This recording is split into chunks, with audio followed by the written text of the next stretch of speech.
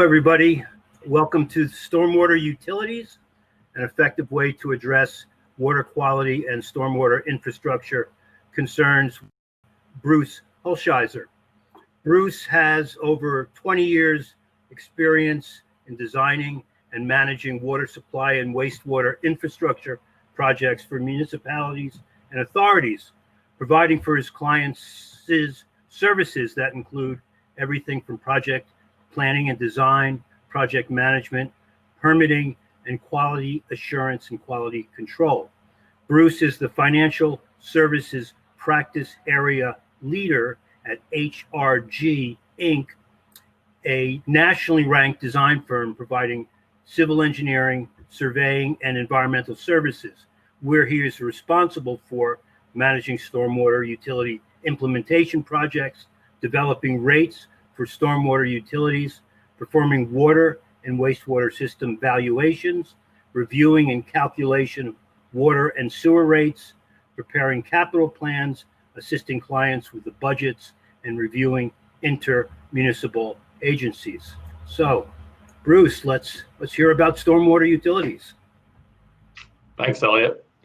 So for those that are looking, I think if you double click on the image of my screen, that might make it larger for you. Or if you prefer to see me for some reason, I think you can do the same thing with me.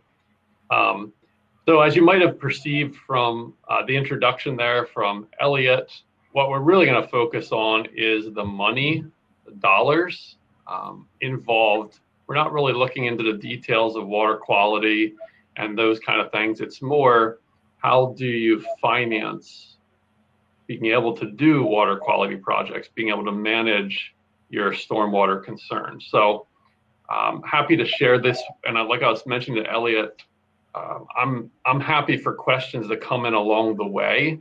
So I'll stop maybe 15 or 20 minutes in and ask Elliot if there's any questions to see if we can address them along the way, because I have a fair amount of content and I'm not sure, what particular people listening in might be interested in.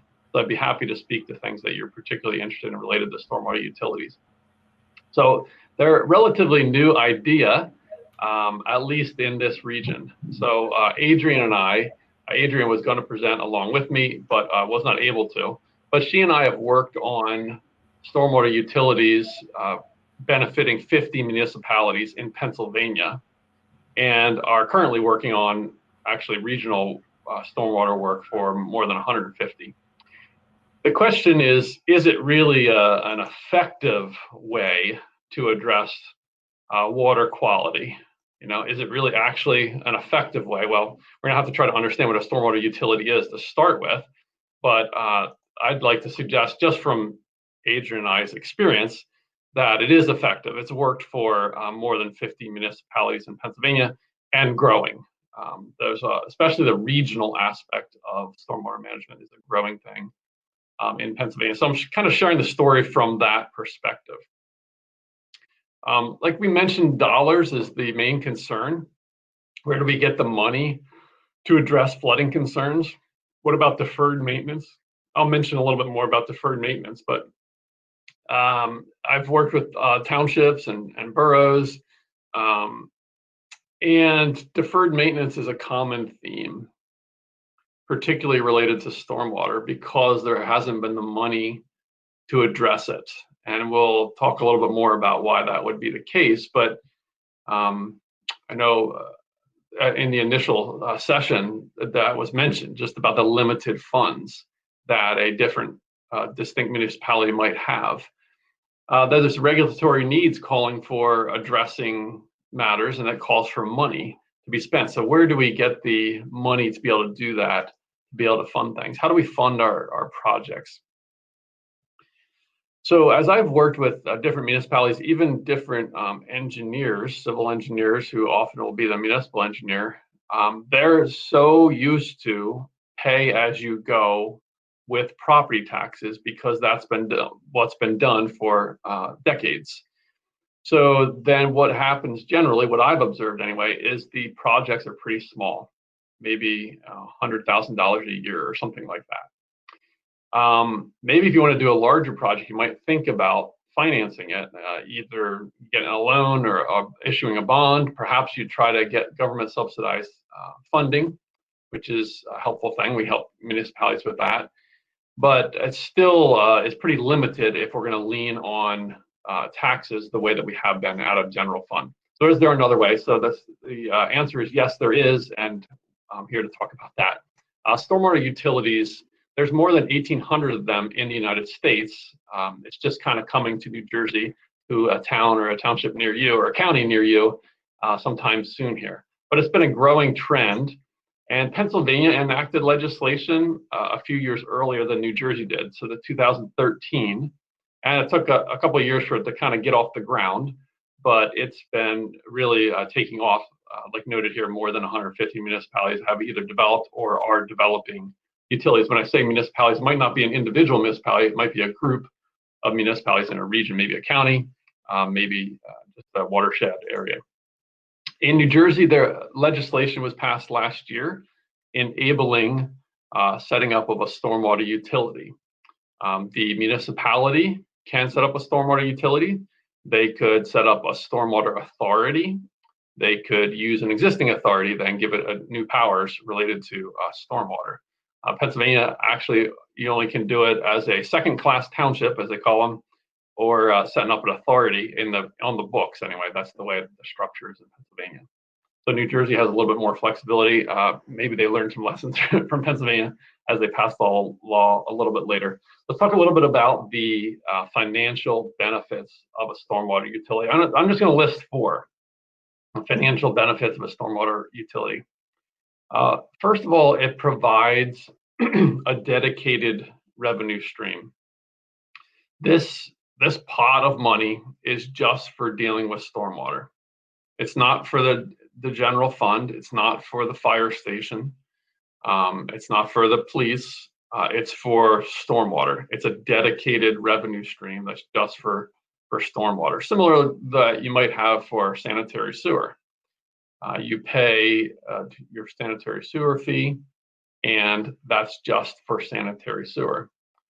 When we think about a utility, we're kind of used to that for maybe natural gas or for electric, for water, sanitary sewer, or not necessarily for stormwater. So it's an adjustment in thinking to think of stormwater as a utility, but there's some real benefits to doing so. One would be this idea of having a steady, dedicated revenue stream that is just for dealing with stormwater. You know what happens with general funds, that they run dry, and then you didn't actually have as much money as you were hoping that you might have. Here we have a predictable, steady stream of funds that are just for stormwater. That's the first benefit to setting up a utility. Another benefit, and I alluded to this before, is avoiding costly deferred maintenance. The photo on the screen, you can see that, is in a borough in central Pennsylvania that they have a concrete, I think it's about 4-foot concrete box that conveys runoff. And obviously there's a problem with the box, that it's dilapidated. You can see what's left of the rebar there. And the solution, because of how expensive it is to fix it, was to put a steel plate over it. I asked them for some pictures of the condition of their stormwater system, and so I have problem areas, and so they sent me this picture. Otherwise, the steel plate would be over it and cars would be driving over it, which isn't a great situation. You're kind of waiting for a bigger problem to develop. Deferred maintenance costs you more in the long run. Right now, we don't feel the pain, but in a few years, it's going to cost us 4 or 5 times more to actually fix it if we don't have a catastrophe even. We mentioned that we're used to using taxes and pay-go. That's pay as you go. So you're just paying it directly cash from your budget, from your taxes. And how well is that going? So the ASCE graded infrastructure throughout the country. Similar to in Pennsylvania, New Jersey got a D+. I think Pennsylvania got a D. So you're a little bit farther ahead, but a D+ in the state of your stormwater infrastructure. So the taxes and pay-go approach isn't working great for keeping the stormwater system up to what it should be. So there's significant deferred maintenance. What happens is, as I work with municipalities, they they start to realize how much they don't know about the condition of their stormwater situation. And then they realize that it's probably worse than they know. They know of a few areas that are probably indicative of what other areas are like. I'll give it, for example, corrugated metal pipe called CMP that has been put in through the years, especially in the past. In almost every town that I've worked in, they would say, oh yeah, in this area, in this neighborhood, that the bottom's completely gone from that pipe. So it's just waiting for a bigger problem to develop, erosion, etc. So this, by setting up a stormwater utility, if we can get a way of having funds to actually fix these problems, we can avoid having to pay later and pay me more later. I use this illustration with a township. They had replaced 400 feet of pipe, stormwater pipe, the year before. So I just did a little bit of simple math. You have 30 miles of pipe. That's 160,000 feet of pipe. If you keep going at replacing 400 feet of pipe each year, that's 0.25%. So that means that you'll replace all of your pipe in 400 years. Is that sustainable? Is that going to work? It's not, obviously. So something's got to give. So avoiding the cost of deferred maintenance is a good reason for thinking about setting up a stormwater utility. A third benefit: stormwater fees are more equitable than a tax. So we can cover our stormwater costs out of taxes. That's actually what's currently done in the municipalities in New Jersey there, and in a lot in Pennsylvania. It's decreasing. But you can cover it out of taxes, your general fund, or you could go to the stormwater utility model and cover it out of a stormwater fee. And if you establish a stormwater fee, it's more equitable than a tax. Let me just present that to you. By setting up a fee, we can connect the burden that a given property imposes on the stormwater program. We can connect that with the cost that they pay into the program. So we're balancing the two, the burden that they put on the program and the cost that's associated with that. We then transfer back to them to pay through a stormwater fee. This is a helpful piece of information that has helped me at more than one public meeting. The fee is more equitable, and what we've found in the communities where we've worked in is that it actually helps out residential constituents. They pay 50 to 70% less from a fee than they would from taxes, and I'll show you a graphic that shows why that would be the case. In one community, it was over 100% less actually that they pay by a fee rather than a tax. But that's the general principle. Here's kind of the rub of one of the reasons why that is.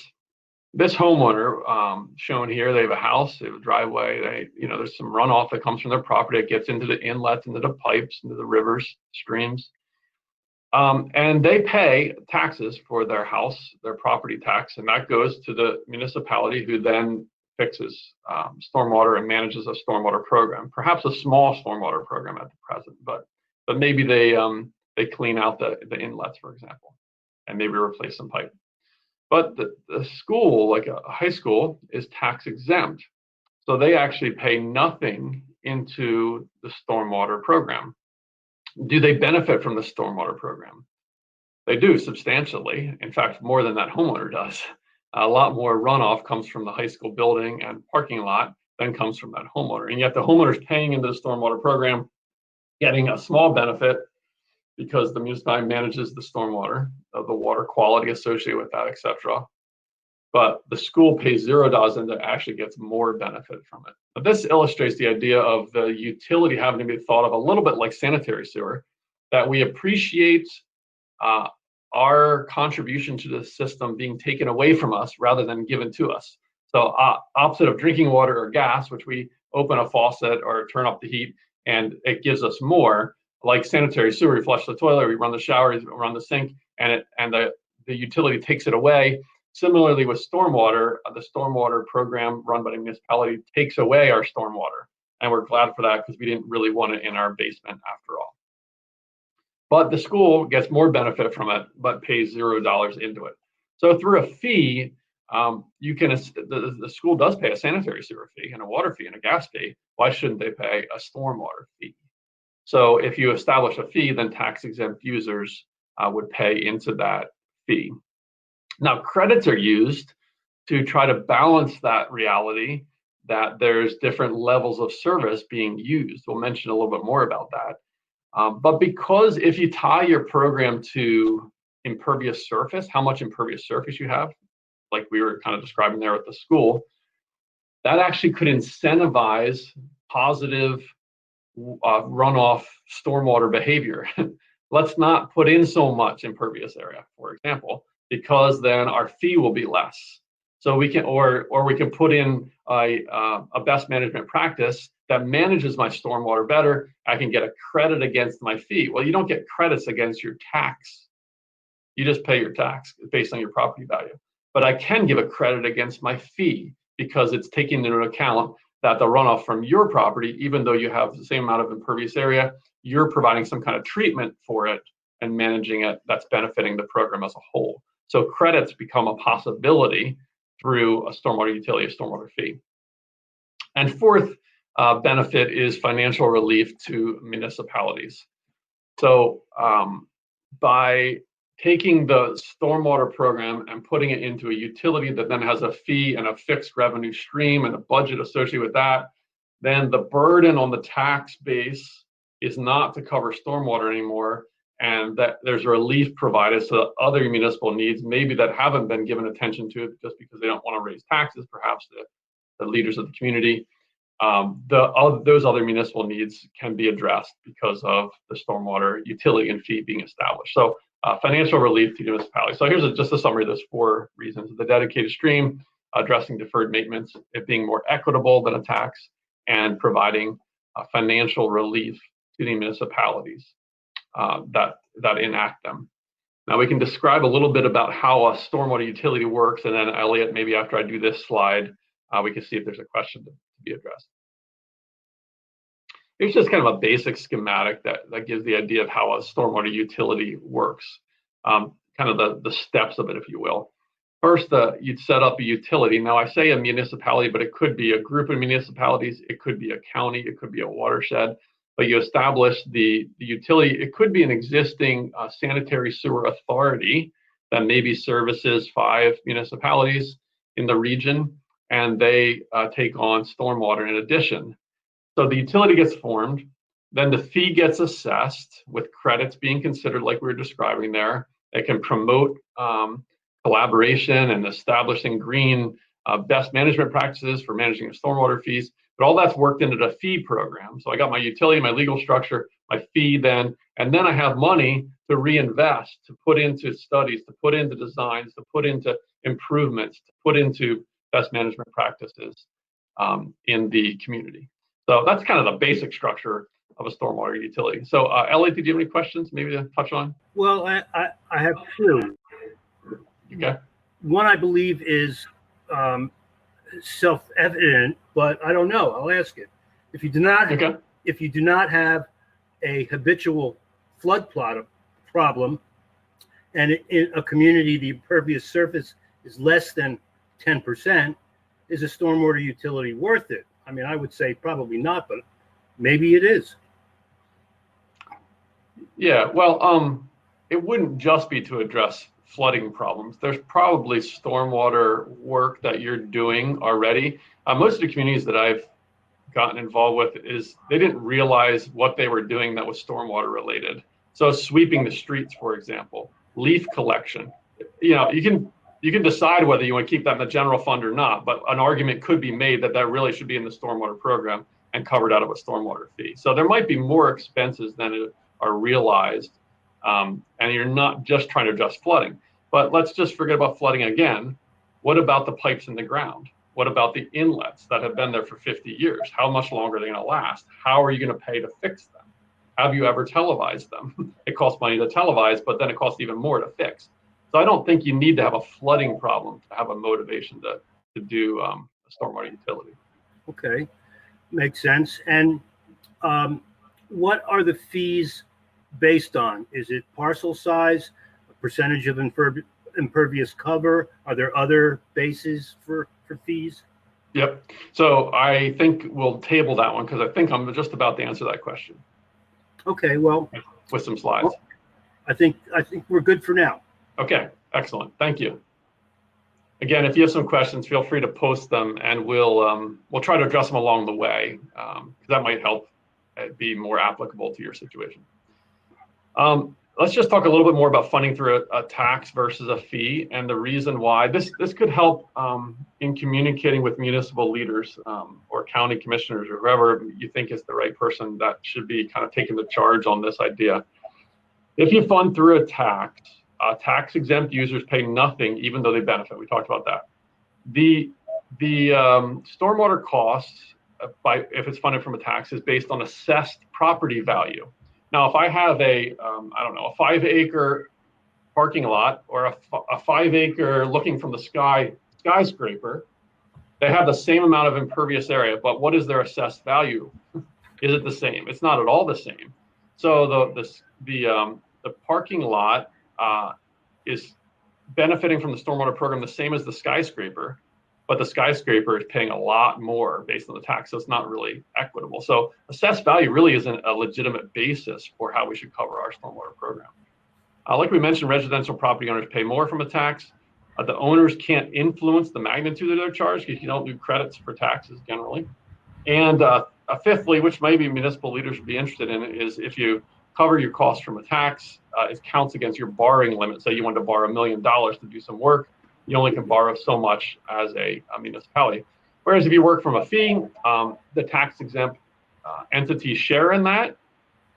Impervious area, probably, we'll talk about the way of doing it, but most people use impervious area as the basis for distributing the costs, which is more legitimate connection to the level of service being provided. It saves your constituents money, particularly your residential property owners. It incentivizes partnering because if we have a credit program in place that says, well, if you put in this riparian buffer that benefits our program, then we can give you a credit. So it can incentivize that whole idea of partnering. And then the municipality can demonstrate that they can self-liquidate their debt, similar to the way you would for a sanitary sewer fee or a water fee. And then your municipality, your borrowing limit is opened up for other purposes, say parks or things like that. Here's just a graphic that I used at a public meeting in one community. It's just a chart showing the percent of impervious area. 30% of the overall impervious area is from residential properties in this particular township. I think it's a township. I don't remember if it's a borough township. The percent of taxable value was 51% residential.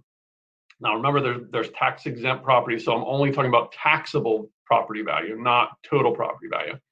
So 51% of the property value in the community was residential.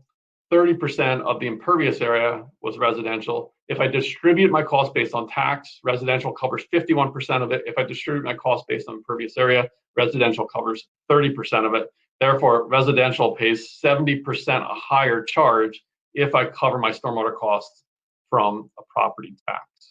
That graphic, there was one public meeting where a man came in with fire in his eyes about this fee that was getting assessed. And when I showed that it's, I think in the community I worked in, and showed that it was like 150% cheaper, he seemed to calm down.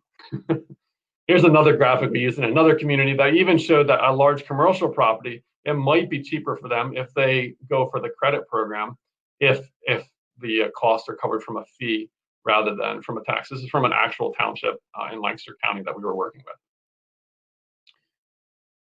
Okay, so this was the question that was asked: how are stormwater fees assessed? So the chart is showing effort versus accuracy. So you can put in more effort to get more information, then you can distribute your costs more precisely, more accurately.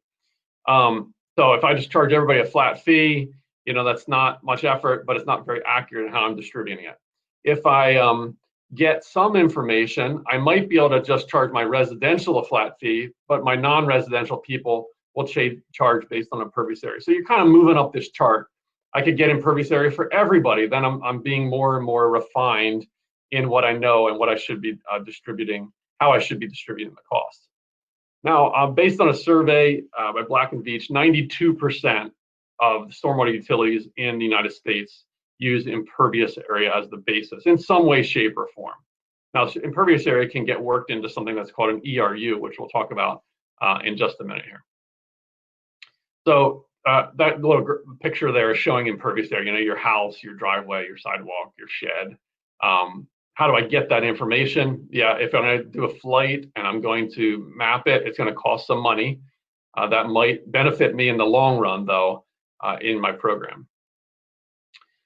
Let's talk about the ERU concept. I'll run through these next slides, Elliot, and then maybe come back to you in 5 or 10 minutes here. So the ERU concept, some people would be familiar with the EDU concept if they're working in the sanitary sewer realm. Equivalent dwelling unit is what EDU stands for in a sanitary sewer. ERU is equivalent residential unit, and that idea has been used in some communities for stormwater. It's become somewhat familiar term in Pennsylvania, especially central Pennsylvania, where there's more pressure on the whole MS4 program and cleaning up the Chesapeake Bay. So if this was a typical house in the community with a house, the driveway, the sidewalk, the average impervious area for a house in the municipality or in the service area, whatever that might be, the county, is 3,500 square feet. We'll say that that's an equivalent residential unit, an ERU, one ERU. And all that becomes then is a unit by which we can distribute the fee. So it's done in sanitary sewer, EDU. We do it similarly in stormwater. So for a bank that with a parking lot, it might have equivalent of 13 ERUs based on the impervious area. So I take the total of the building and the parking lot, add them up, divided by 3,500 square feet. All right, that's 13 ERUs. So if my fee was $10 a month for each ERU, so a residential person is going to pay $10 a month, then, or at least a typical residential person, if they have 3,500 square foot or thereabout. The commercial property here, based on how much impervious area they have, they'll pay 13 ERUs times $10 a month is $130 a month. So sometimes that's used, that concept is used. Now, let's just I'm going to describe two common impervious area based fee structures. So this is assuming we get some impervious area information, because that's really the most common way of doing it, and it's held up in court as a reasonable metric by which we can measure the level of service being provided by the utility. So we can do it by ERUs, like we were just describing. If we want to just charge residential a flat fee, we need to at least get a representative sample of the residential properties to establish what an ERU is. Not every community is 3,500 square feet. One of them I work in is 2,800 square feet. Another one is 3,100 square feet. So we need to establish, okay, what is a typical residential property's impervious area? Let's say it's 3,500 square feet based on a representative sample across the community that we got from a flight and a mapping of the impervious area. Then we'll say that's an ERU. Now I need to get all my impervious area for my non-residential properties. They're going to pay based on their actual impervious area, but we're going to kind of establish a class, if you will, residential property. We're going to say typical residential properties are 3,500 square feet. That's the average. So all residential properties are going to pay a flat fee of whatever it is, $10 a month. Now, when I'm saying the $10 a month, that's all based on establishing a budget, how much it's going to cost. We try to encourage people to do a 5-year budget so that you're not having to change your fee all the time to anticipate what your costs are going to be. So I establish my budget, I divide that by how much impervious area I have, and that's my price per 100 square feet of impervious area.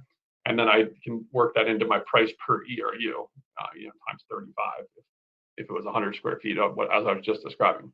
So I could use a flat fee for residential, but your house might be like the one up in the top left, and my house might be the castle in the bottom right. So should you pay $10 a month and I pay $10 a month? Are we getting the same level of service from the stormwater program? Not really. There's definitely differences in sizes. Now, maybe in a borough they might be more similar. Whereas in the township, it could be a great variety, as I've observed anyway. But some people say, well, it's going to save us money on not having to get all that impervious area data for every property.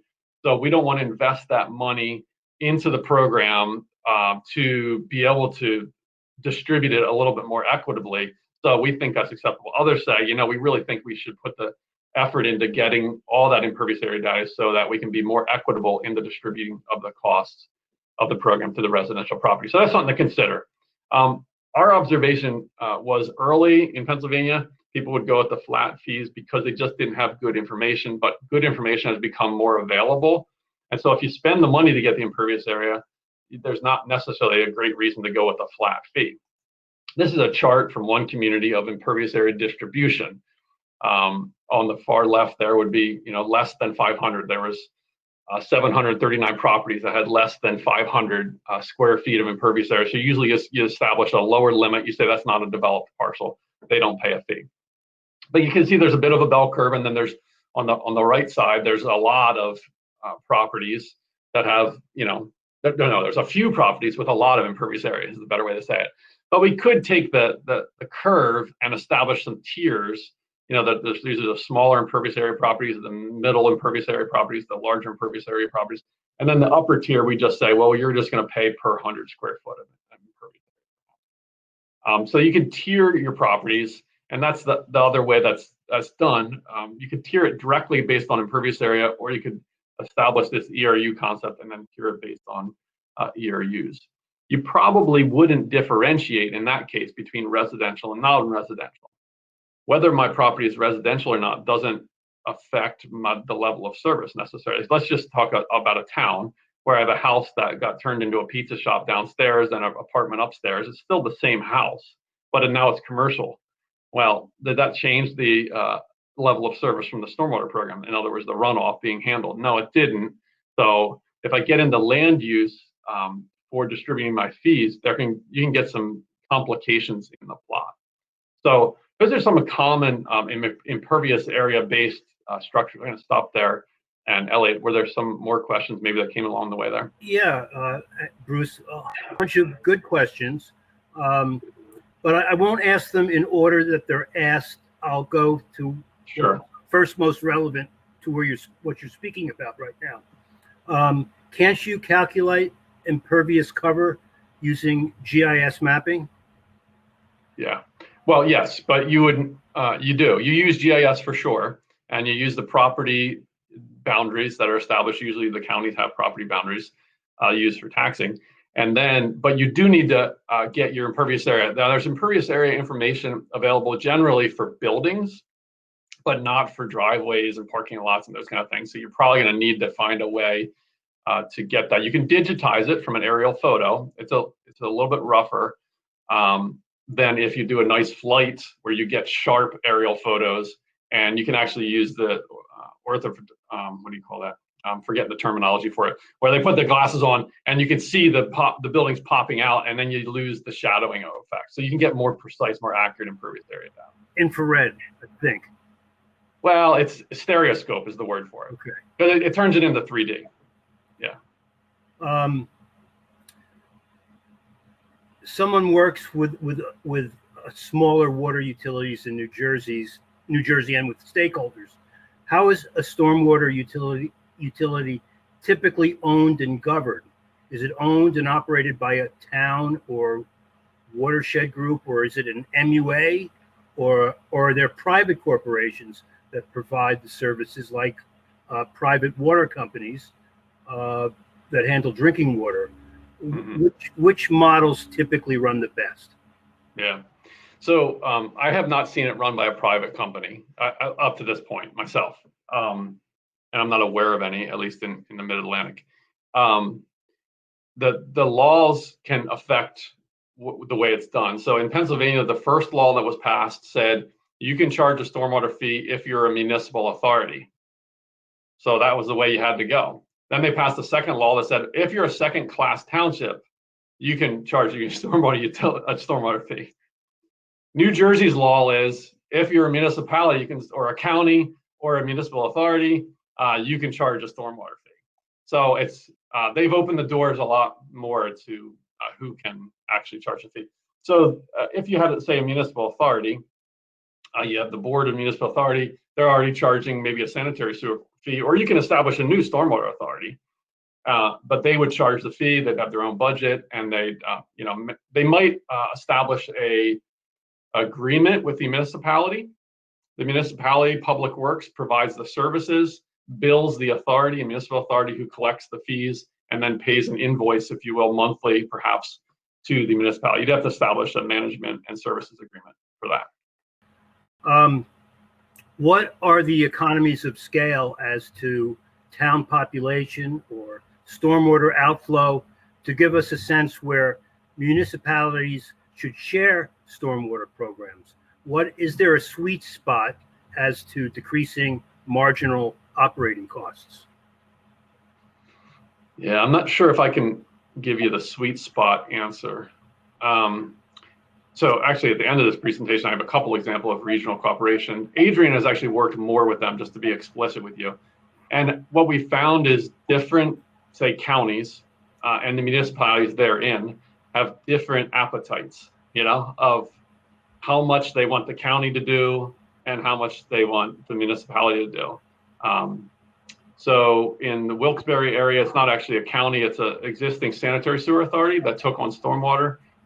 They only took on the water quality aspect of it. They were required to put in stormwater best management practices that have millions of dollars of costs associated with it, but they didn't take on the infrastructure costs. So you could distinguish that if you wanted to, if you were doing some kind of regional work. Similarly, in the Harrisburg area, Dauphin County, this is just a relatively new program that's developing. The municipalities have a pretty good appetite to work with the county and have the county fund large projects because there is some scale there, some scale benefits. But then the municipalities themselves are going to say, well, we'll still own our infrastructure. We're not going to turn it over to the county. The requirements of the Chesapeake Bay, the MS4 program, is that's municipal separate sanitary sewer system. I don't know if I defined that. They have to do certain improvements to benefit sediment reduction and such, and nitrogen phosphorus reduction. Well, there's places that are, so doing that in a town is harder than doing it out in the country. And so it's better to work together regionally because we can do the projects where it makes sense to do the project rather than kind of force it to work in my little town, my little borough here. But I think that answers the question somewhat.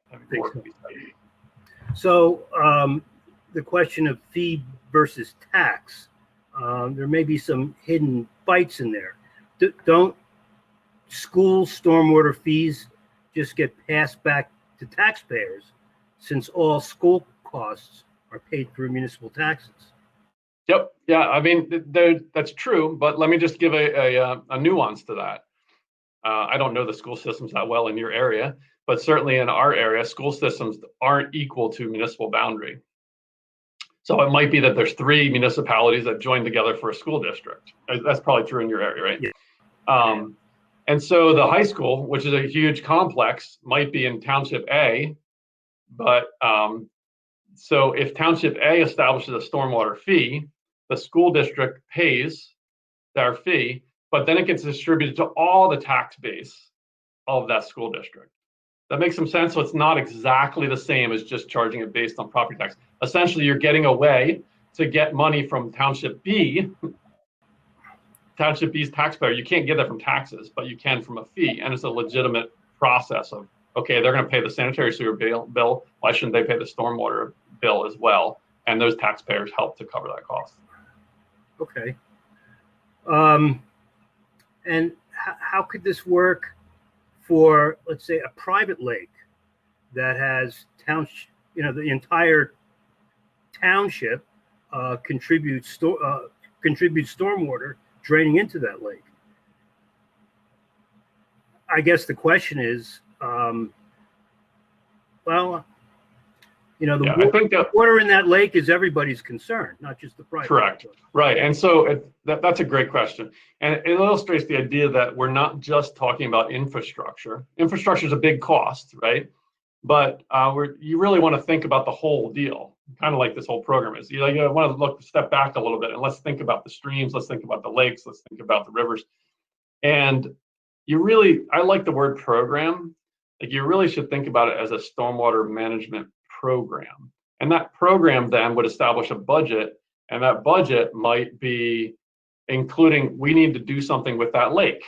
That might be one of more than one project that they need to do. Maybe it's in year number 3, they're going to do something about that lake, whatever it might be. They're going to put in some kind of water quality improvement, a riparian buffer, infiltration basin, so that the lake water quality improves. So basically that'll become like a project, or more than one project. Maybe it's a routine operation and maintenance thing. Maybe we're going to add air to it or something. But that's going to be covered by this utility that's township wide. So I think it fits very well actually with the idea. Okay. Is it plausible to apply stormwater management fees only to the largest properties which are generating the greatest impact, rather than, you know, every house with a Right. driveway? Yeah, so I'm not a lawyer, but I think the answer is no. Right? Because it has to be equitable. It needs to be fair and equitable in the distribution of the cost, the quality utility, and to charge the fee. So now that's one of the things I've observed is people say, oh, you're going to charge me $10 a month. I'd really rather pay $5 a month. Actually, the township where I live, I think they set their fee kind of low personally. I wasn't involved in that process, but when the residential fee gets set low, that means that everybody's paying less, right? And so what we've done is underfunded our program. So we need to be a little bit careful of arguing to save myself $5 a month, realizing that that's like $5,000 a month from a mall or something that could have been helping out our program. So we actually could have been doing projects that we should have been doing for the last 30 years. Well, I'll tell you what, Bruce, I'll turn off my camera for now. Okay. And when there's a bunch of good questions, I'll turn it back on. Beautiful. Okay. And we probably just won't get through everything. That's okay. It's no problem. So we mentioned about credits. Maybe I'll go a little bit faster to make sure I cover these things. I have a couple minutes left at the end. Credits are to take into account varying levels of on-site stormwater management. That's the main type of credit. So some properties reduce rate and volume. You know, they have a detention basin or infiltration basin. We have a picture there of a rain barrel. Those things could capture, slow down the runoff from their property, or provide some water quality benefit from that program. The credit should be tied to the budget though, and we found that some times that wasn't done that way. In fact, I'm working with the township to kind of come in and try to fix the problem now. It should really be tied with the budget so that the costs that are associated with rate or with water quality are the basis for how much of a credit percentage I'm going to give, it be it 20% or 30%. And then there, obviously, if that basin, that infiltration basin, we're saying that's benefiting our stormwater program, well, we should have an operation and maintenance agreement in place, because it's only benefiting our program if it's actually functioning. Speaking of which, the rain barrel is a little bit dicey in that regard. You're not going to establish an operation and maintenance agreement probably for the rain barrel, but the rain barrel, if it's full, it's actually doing nothing, right? So it rained yesterday, it filled up my rain barrel. I didn't drain it out or use it. And so when it rains tomorrow, it actually accomplishes nothing, just overflows. So really, should you get a credit for that? So some communities haven't given out credit, like a % credit for rain barrels. They've just given maybe a one-time benefit, say $30 or $50 to motivate putting those in. So what's the kind of the technical process for implementing a utility? This is maybe oversimplified, but these are maybe 5 main ideas. Review the stormwater management program. So we got to get our hands around what all is related to stormwater management. We need to, for sure, conduct public outreach and education. I'll touch on that a little bit more. We need to evaluate the different rate structures. How are we going to distribute the cost here? We need to determine an appeals process and a credit policy that we're going to establish, that this is the kind of credits that you can get. If you have an appeal because you think you're being charged incorrectly, this is the process that you fill out, that you follow. And then ultimately, you have to adopt the stormwater fee ordinance, you have to adopt your credit policy, and if there's any kind of agreements between the municipalities or between a municipality and authority, those kind of legal matters need to get in place. Talking about public outreach, again, we've found that some communities don't. They just kind of push the program through, and then they wish later they hadn't. We like working with a stakeholder advisory committee. We might have 5 or 6 monthly meetings with them. And you want to get a legitimate cross-section of the community. I want to have some residential people, but I want to have some nonprofits too, maybe some churches, maybe a school district, maybe a college, then some industry, some commercial property owners, small and large. So I want to get a decent, realistic cross-section of the community, because I'm really trying to get them to understand that we're not just trying to get money out of you. We have real cost, and you're helping them guide that program and get buy-in, and then become advocates for the program and even for the fee. Whenever you're going to charge people money, they don't like it very much. And so I really have to put the time and the effort into helping people understand why it is that we're going down this road. And certainly distributing the information in multiple ways is good. Newspaper reporters, sometimes people try to avoid them. I generally would try to go talk to them because I was presenting a public meeting, and they'd come and ask me questions. I want to give them good information. If they'll email me questions afterwards, that's great.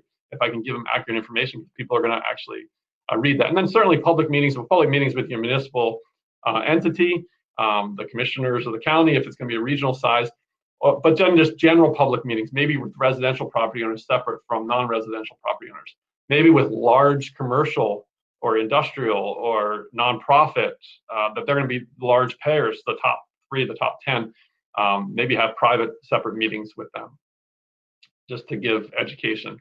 Now, stormwater utilities are actually a platform for collaboration that it draws out, because it actually has money involved with it. People start to pay attention a little bit more. You can try to rally people to help out, but until there's actually money involved, sometimes people are just going to keep sleeping and those go on place. But there's the county, the agencies, there's the utility itself that can kind of be that joining together, the property owners. Maybe the school district can help my stormwater program by doing educational things that benefit the program, and I'll give them a credit for that. So that's going to motivate them to do that. Maybe we can engage government agencies like the U.S. Army Corps of Engineers. We've had them help out with various efforts. Watershed groups that might be able to help out. Maybe the county conservation district. So you really see this utility as a joining together of these different entities and under one goal. Now, like was mentioned, water doesn't follow municipal boundaries. Maybe sometimes it does if we happen to draw the municipal boundary along the water, but collaboration provides a regional solution. I'm just going to give a couple examples, and then we'll wrap up so we have a couple minutes for any other questions. Kind of dropping regional approaches into 2 broad categories that we've seen. One is where you actually set up a stormwater authority. It could be a county stormwater authority or a regional stormwater authority, where they're actually implementing the program, they're providing the services, they're implementing the fee. If you have a permit associated with it, they're actually a permittee holder. Or you could just have more like an MS4 work group, where they collaborate with each other to come up with solutions, but then they just implement them individually themselves. So it's not quite an empowered entity. So Wyoming Valley Sanitary Authority is the WVSA, is in the Wilkes-Barre area. And there's 32 municipalities with existing sanitary authority that took on stormwater. That would be an example of one that actually is charging the fee, et cetera, and implementing the program, at least related to water quality. They aren't doing infrastructure improvement projects. Dauphin County we're working with, Lycoming County, that's actually a water and sewer authority, and 2 municipalities that are joining together to do some stormwater regionalization efforts.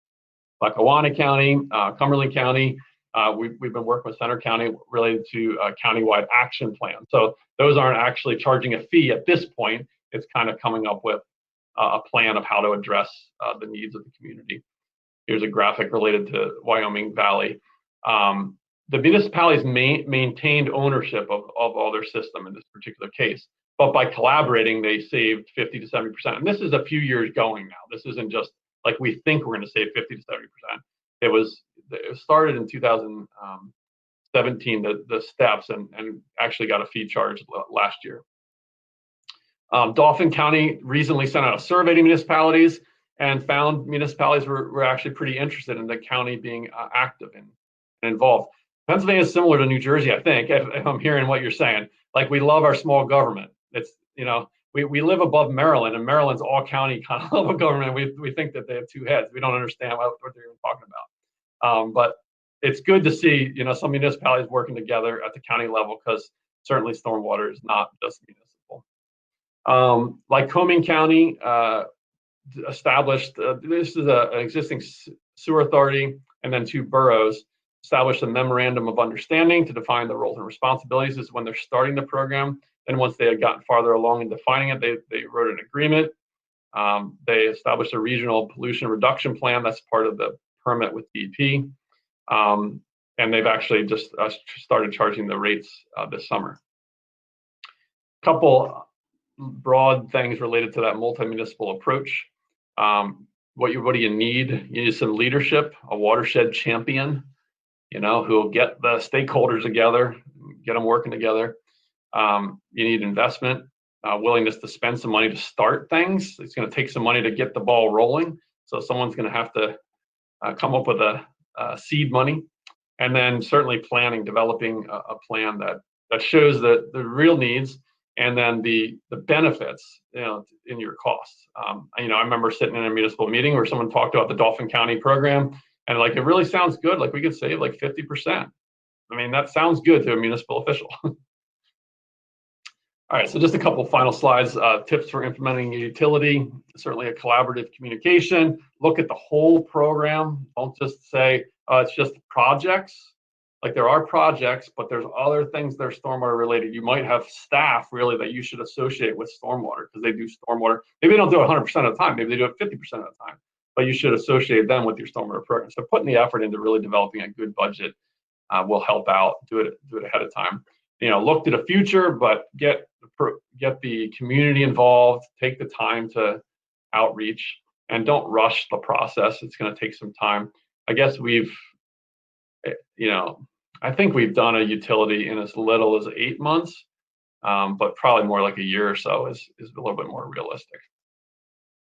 All right, so that's all I had slides-wise. We can take some questions if there's some more. Well, I have the prerogative as a moderator to ask a question. In Pennsylvania, when the legislation that was passed that allowed the formation of utilities, did you have the level of pushback that we have here in New Jersey? I mean, it was so bad that it was called a rain tax, and we had legislators here in the Highlands going around to their district municipalities, asking them to pass resolutions that they will never collect a rain tax. And the irony is that when the evening that Sparta Township in Sussex County passed such a resolution, the next day they closed Lake Apacon. There is such a disconnect between the level of problems that need to be solved around stormwater and the willingness to pay for what is creating really economically devastating problems right now with our recreational lakes. I mean, there definitely was resistance, and the whole term rain tax was thrown around. I don't know of legislators actively opposing it, though the state government, institutions, have been resisting paying, say, Pennsylvania Department of Transportation, who has facilities in a township, So we really need our legislators to step up and tell them they got to pay, just like everybody else is paying. So we haven't crossed that hurdle yet. There was definitely resistance, but there was a couple of guinea pigs, if you will, that started the process, and then we got it off the ground. Adrian was really a lead player in working to move it forward. And then once a few people in the community do it, other people are it becomes normal. It made front page news maybe 2 years ago in Harrisburg, and it wasn't a negative thing. It was more like a normal thing. And so then it became a little bit more normal that almost every community in the central Pennsylvania Harrisburg area has a stormwater fee either in place or in process, in place. So there's some really good reasons. It's just if you only think about you're just trying to take money out of my pocket, then it gets shut down pretty fast. But if people can understand what's actually going to be better for you if we do it from a fee than from a tax, if you can get that argument, maybe you wouldn't get so much resistance. It's the early education, though. That's a struggle. you mentioned something which sounds a bit ponderous here. In some municipalities, the major contributor to the stormwater issues are interstate highways and stuff that's really owned by New Jersey Department of Transportation. And Right. I mean, will agencies really step up and pay their fair share? Yeah, probably not for roads. So a town would probably not include their roads in the impervious area, because what would happen then is that the majority of the impervious area would be the towns. So then it really kind of comes back around as a tax. And lawyers don't really like that idea because they don't want it to feel like a tax or look like a tax. So if you don't charge yourself for your roads, well, you're not going to charge the state for their roads either. And the state, and at least in Pennsylvania, they have a separate MS4 permit themselves related to their roads. So that's a different matter. But if they have like a maintenance facility, like the Pennsylvania Turnpike has a building in one of the townships I worked in, that's a different matter. They really should be paying, and that's where we're getting some of the resistance that hopefully, we'll get over in time. And I have some questions about the actual determining what is impervious, what goes into the impervious calculation. I mean, if there are structures on a property like barns or garages, do they get added into the? I mean, yeah, they should be. Yep, they should be. And then even gravel, that's one that we've heard people resist. But it's viewed, at least by Pennsylvania DEP, as impervious, because the truth is it might not have been impervious the first day, but as soon as you drive on it, and a few years go by, it's compacted and it's running off just like the engineers use a factor for runoff, and it's pretty much the same as if it was paved. So Right. Yeah, gravel drives. Anything where it can't infiltrate. Yep. Right. Well, I think that's, unless people have some burning questions they want to quickly type up. Do you have any final thoughts, Bruce? No, I'd be happy to answer any questions. I'm sure there's things that people are going to think about. Yeah, I mean, we could have phone calls if there's municipal officials that, it just takes some education. It takes some time to give a few of those kind of realistic things.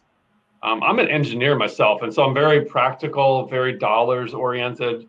And I'm not, what I just presented here isn't like saying save the whales, right? Maybe we should save the whales, but I'm not even saying that. I'm saying this is actually a good financial move, right? Right. It's just a good financial move. It's a proper way to cover a cost. It's a good way to not let things keep getting worse. Even just like, let's just say we forget about the rivers. We just talk about the infrastructure. How are you going to pay for that pipe that's been in the ground for 80 years? There's no way it's going to keep going for the next 80 years. So the financial side of it, really, I think even if you don't argue the environmental side of it, the financial side of it really should encourage people to consider doing it. I've seen I obviously, it probably comes across that I believe in it. I think it's a good move, but it takes some effort to help people understand, Right. One last question, Bruce. In New Jersey, the legislation also intended to help finance dealing with combined sewage overflows for our cities. Was that at all part of the intention with the Pennsylvania stormwater utility legislation? Well, I know that Philadelphia, who has a combined sewer, has a stormwater fee.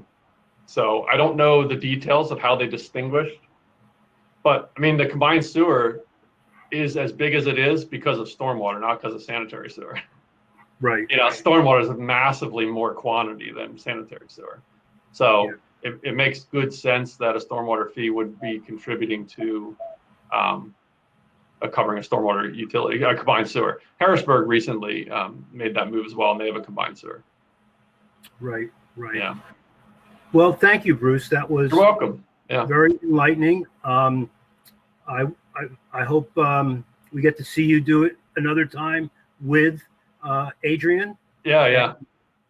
And I want to remind everyone we have some end of day thoughts and activities going on at the main stage. So please join us there. Thank you, everyone who joined us. Thanks. Thanks, Bruce.